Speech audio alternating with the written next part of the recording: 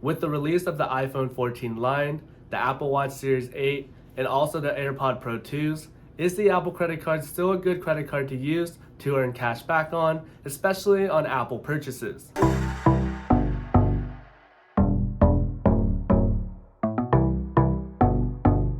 Hey everyone, Eric here and welcome back to the channel. If you guys didn't already know, Apple, the technology giant, doesn't just sell iPhones, MacBooks, or watches anymore. Released just a little over 3 years ago, it's amassed a huge following of 7 million users. So what makes the Apple credit card special? Is it a credit card that you should have in your personal wallet? Is it a credit card for everyone? Or do you have to be deeply invested in the Apple ecosystem to have this credit card be viable? Find out all of the answers to all of these questions throughout this video. But before we start, just a reminder that if you enjoy the contents of this video, make sure to leave a like, ring that notification bell, and subscribe. Anyways, with the intros being done, let's get right into this week's video. So it's been a solid 3 years since Apple announced and released their own co-branded credit card. And as confusing as that sounds, it's not all that uncommon. Other major retail brands and even grocery stores have all come out with their own credit cards, such as Costco, Amazon, Target, TJ Maxx, and Walmart, to name a few.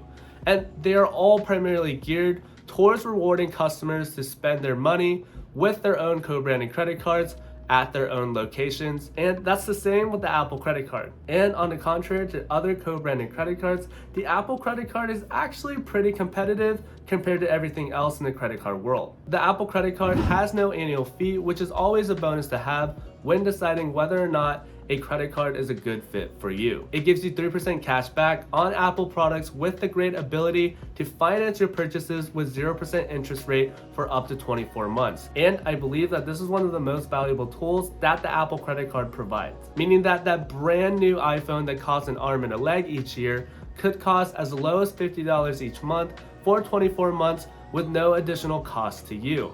On top of that, it also gives 3% cash back on select merchants such as Ace Hardware, ExxonMobil, Nike, T-Mobile, and Uber, as well as being an all-around 2% flat rate cashback credit card when using this credit card via Apple Pay, or 1% when using it physically in person, which is actually comparable to other common flat rate cashback credit cards in the credit card world, such as the Wells Fargo Active Cash, which is a 2% flat rate cashback credit card, Citi's Double Cash, which is also a 2% flat rate cashback credit card, and Chase's Chase Freedom Unlimited, which is a 1.5% flat rate cashback credit card. And since it's a part of the MasterCard network, it gets protections that are common with other MasterCard credit cards, such as MasterCard ID theft protection and MasterCard zero liability protection. So with that all being said, let's revisit the main topic of this video and identify whether or not the Apple credit card is a good credit card for your wallet. If you're heavily invested in the Apple ecosystem, meaning in my opinion having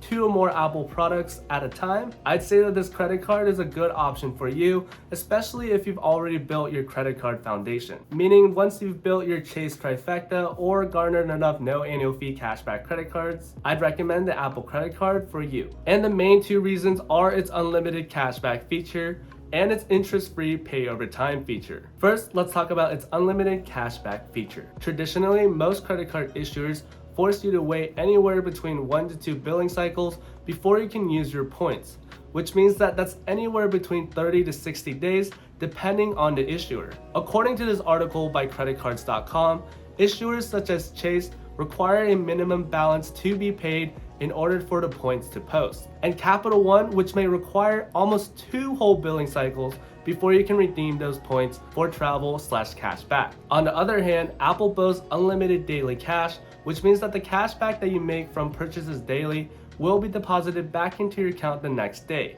And since it's real cash, the value will never expire and will be forever deposited onto your Apple Cash card in the Wallet app. Why don't other credit card issuers do something similar like this? The other feature that I wanted to talk about was the no interest pay over time feature. If you swing over to Apple and go through the steps of buying an iPhone 14 Pro Max, there's an option to finance the phone for 24 months so that instead of paying $1,300 in a single payment, you'll pay a little less than $50 per month for 24 months. and this unique feature is only exclusive to the Apple credit card. On top of that, you'll also be getting a 3% discount because the Apple credit card provides a 3% discount when buying Apple specific products. But with that all being said, how competitive is that 3%?